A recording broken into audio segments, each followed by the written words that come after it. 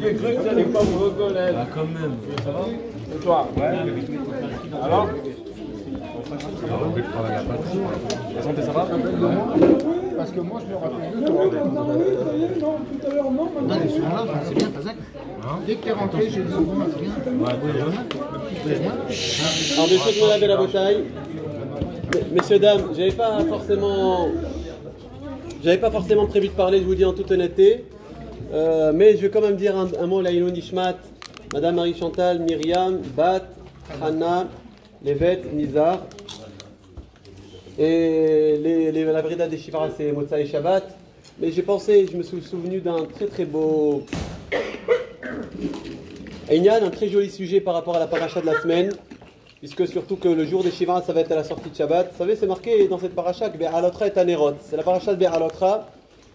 Dieu va ordonner donc à Aaron à Cohen d'allumer, mais surtout, bien que l'allumage de la menorah n'était pas obligatoire par un Cohen, mais surtout de préparer les Nerot. Il fallait qu'il fasse le nettoyage, et c'est marqué Be'alotra est Anerot. Lorsque tu vas élever les Nerot.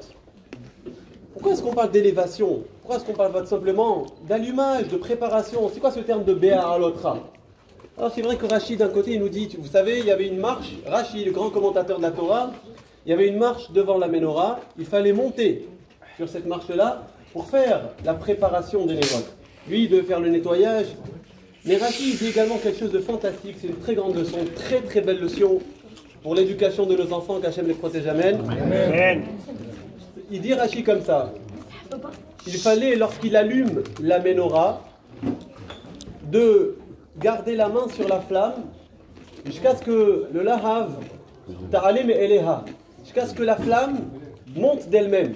Et on ne comprend pas, mais à quoi ça sert? Je ne comprends pas. C'est quoi cette histoire? Il fallait qu'Aaron HaKohen, la bougie est là, il fallait qu'il laisse la main sur la flamme, ne pas retirer sa main tant que la flamme n'est pas montée d'elle-même.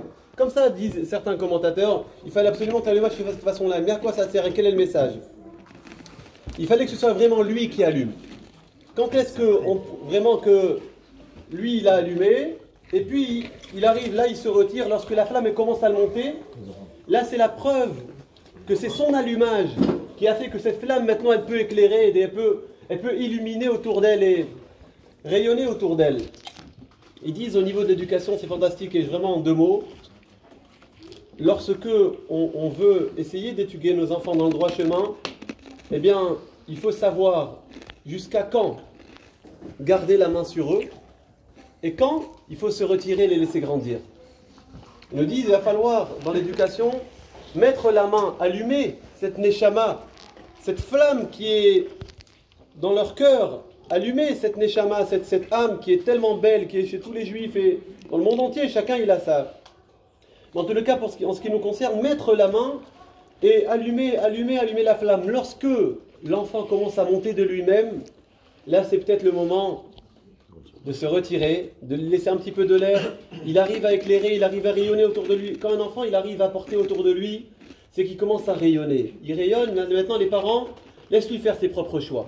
Mais le souci de la génération, il y en a plusieurs, c'est qu'il y en a qui malheureusement, les parents ne se retirent pas. Non, tu vas faire ce que je te dis, jusqu'à ses 35 ans. D'accord. Et lui, il voulait faire du droit. Non, tu vas faire docteur. Il n'y a pas. Mais laisse-le, c'est bon. Il a 15 ans, 16 ans, 17 ans. Il peut réfléchir tout seul maintenant. Il faut savoir déjà laisser respirer les enfants, leur apprendre à réfléchir par eux-mêmes, à prendre leurs propres décisions. Mais également, attention et surtout pas. Et là, c'est le danger du monde aujourd'hui, c'est que les parents se retirent beaucoup trop vite.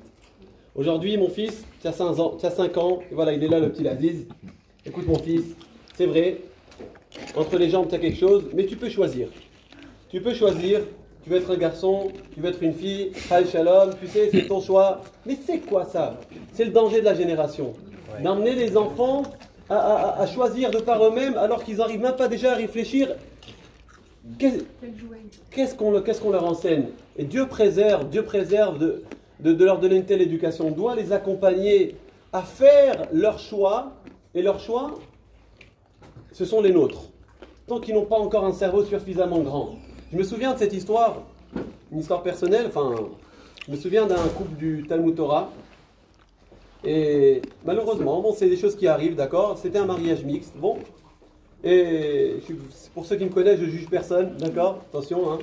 Et donc, le papa et la maman viennent, ils me disent voilà, notre fille elle a maintenant bientôt 12 ans, et on ne sait pas, est-ce que on voudrait lui laisser le choix? Est-ce qu'elle choisit le sapin ou est-ce qu'elle choisit la Hanoukia? Voilà, elle est là, on voudrait que vous l'aidiez à choisir. Je dis très bien. Viens ma petite, tu vas sortir du bureau. J'ai fait sortir du bureau, tu vas sortir. Je dis mais vous croyez que c'est elle qui choisit? Mais c'est vous qui choisissez pour elle, elle n'a pas encore. Qu'est-ce que vous voulez lui demander de choisir entre deux religions?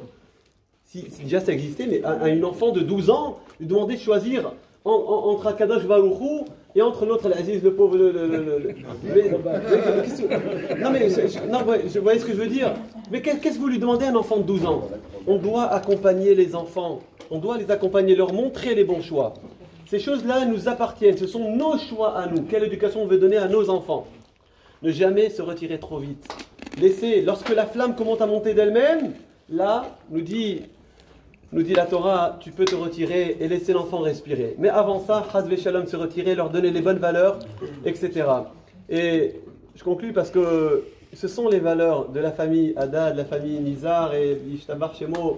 On sent qu'il y a cette beauté, cet accompagnement dans l'éducation, d'accord? Cet accompagnement Baruch Hashem dans l'éducation, d'emmener les enfants jusqu'à qu'ils soient capables de réfléchir de par eux-mêmes, de décider de par eux-mêmes. Et puis là, grâce à Dieu, ils font leur choix. Et puis on n'est plus responsable. Chacun y fait ses propres choix. Et je me souviens, je ne vais pas maintenant répéter toutes les discussions que j'ai pu avoir avec Madame Aziza notamment, qui grâce à Dieu, elle a fait des mitzvot énormes. Énormes dans tout ce que j'ai dit tout à l'heure. Des mitzvot énormes de sauver les gens. Mais attention, mais qu'est-ce que tu fais? Mais tu fais n'importe quoi. Mais on n'a pas été éduqués comme ça. Mais qu'est-ce que ça veut dire ça? Qu'Hachem nous aide à faire toujours les bons choix. Amen. Et si vous voulez faire un kaddish, vous pouvez le faire. Un grand kaddish à Israël. Hazak Baouf, le rabbin Shimon Ochayon, Malherbe, Lyon Villeurbanne.